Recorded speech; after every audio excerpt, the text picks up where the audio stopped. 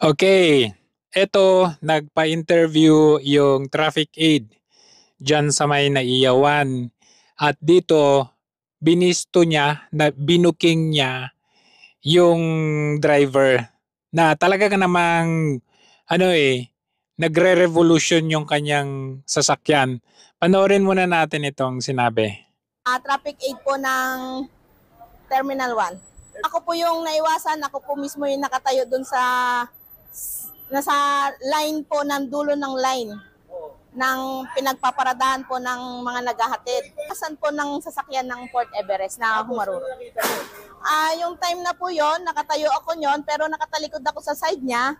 May naririnig akong nagre-revolusyon.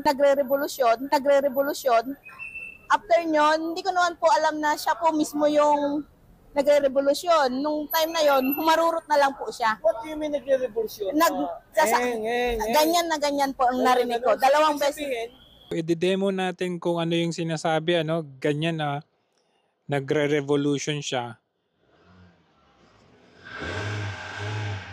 Ganyan. Right?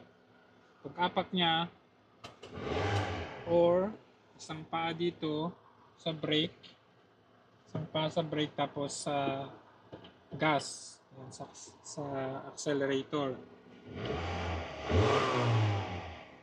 Ganyan daw. Gumaganyan po. Gumaganon. Nung pangatlong na niya, tsaka na siya po dumiretso. 2 times ko po siyang narinig na gumaganyan po. Nagre-revolusyon. Sa side na ito, pero hindi ko po akalain na siya mismo yung sasakyan na yon. Naririnig mo, pero hindi mo na malaya na siya pala. Dahil Siya po mismo. marurot na siya. Apo, marurot na siya. Na-realize Apo, apo. na ano na siya. Hanggang ngayon, nandyan pa rin sa NAIA yung driver. Ang tanong, bakit protected? Sa tingin ko protected itong driver na ito kasi bakit hindi siya isinusuko sa Pasay City Police? Bakit nandyan pa rin siya? At alam nyo ba, yung nangyaring inquest proceeding ay online. Nung Monday, in-assist nila itong ating respondent sa preliminary investigation. It was done online, kwento kasi ang sabi lang niya mental block siya. Mental block. Oo, hindi naman natin pwede siya i-force to talk kung mental block nga siya hindi namin alam kung ano yung rason niya kung bakit niya sinabi na mental block siya. Driver siya, so hindi naman tayo pwedeng mag-assume kung yung hardware ba ay pag-aari ng may-ari ng SUV. Basta hardware driver daw siya. Yun lang po. At hindi niya rin sinabi kung naghatid siya ng pasahero. Wala ko siyang sinabi. Ang sagot lang niya sa lawyer natin, mental block siya. Mental block. Okay. Ako, nagtagal ng konti, review namin ang lahat ng CCTV tapes. Yung driver ay may hinatid na pasahero.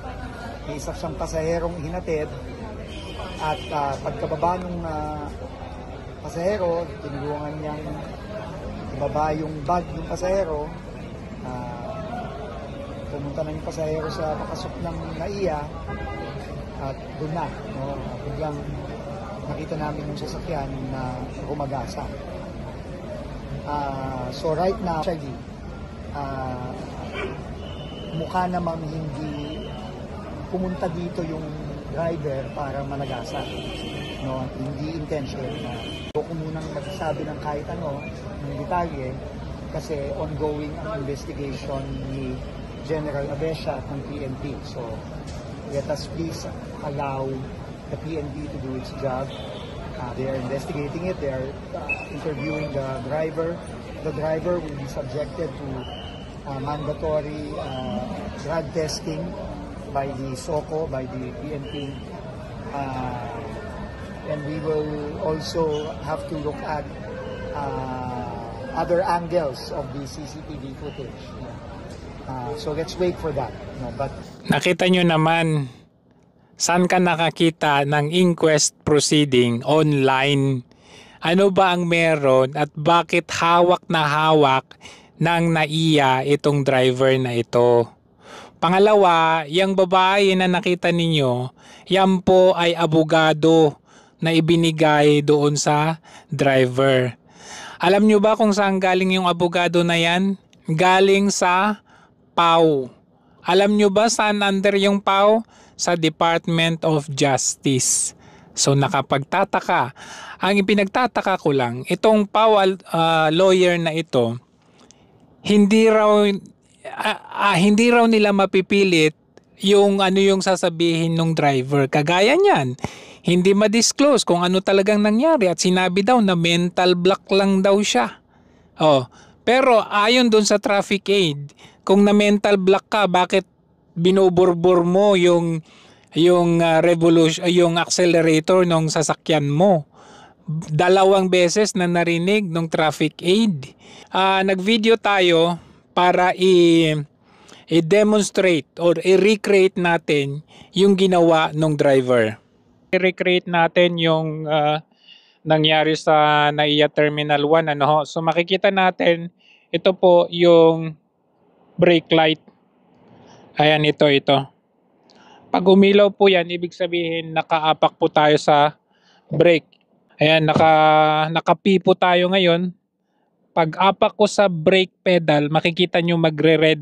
Ayan po, ayan, mag-iilaw siya. Tanggal, apak, tanggal. Apak, tanggal. According doon sa CCTV footage, nakita natin na nakaapak siya sa brake. Ayan po, ganyan po siya. Ayan, nakaapak sa brake.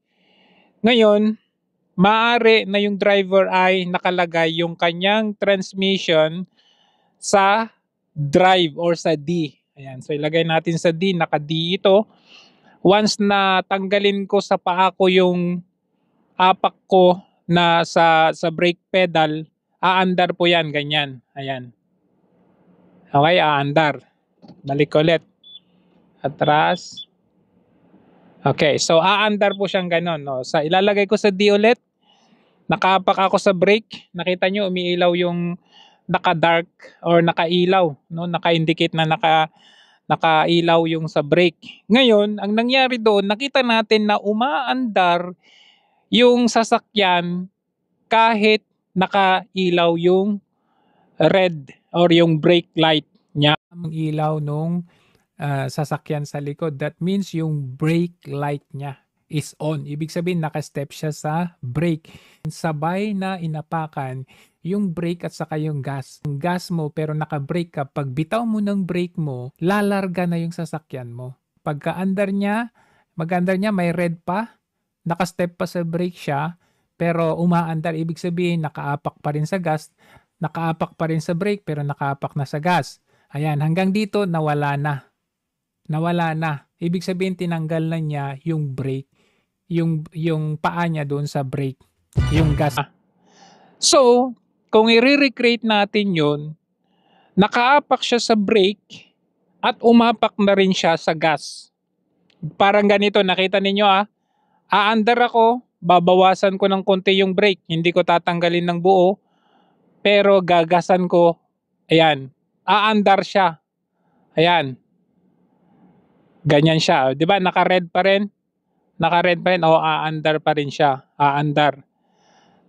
Itatry kong bilisan na nakaapak sa brake at nakaapak sa accelerator o sa gas. At bibilisan ko kagaya nung ginawa nung driver na yon. Mapapansin ninyo na naka-indicate yung brake light hanggang sa nawala at tuloy-tuloy na nga. So, nangyari, nag-gas siya, nakaapak sa brake, nag-gas, and then, biglang tagal, ganun ang nangyari doon. Nakaapak siya sa brake, and then umapak siya sa gas ng sabay. So, isang malaking kasinungalingan na sasabihin na mali ng apak. Kasi dalawang paa niya nakaapak sa brake at umapak din sa accelerator. Isa pa, ulitin ko ulit, recreate ulit natin ang ginawa niya. I-atras ko pa ng konti para makita ninyo. Ayan. So, nakaapak sa brake, and then nag-gas siya. Gas. Paki-explain po sa gobyerno natin or yung nag-iimbestiga na sinasabi nila na ito po ay nagkamali lang ng apak, pwedeng paki-explain po. Ayan, paki-explain ano talaga ang nangyari kasi bakit nakaapak sa brake at inapakan din yung gas. Yun lang po.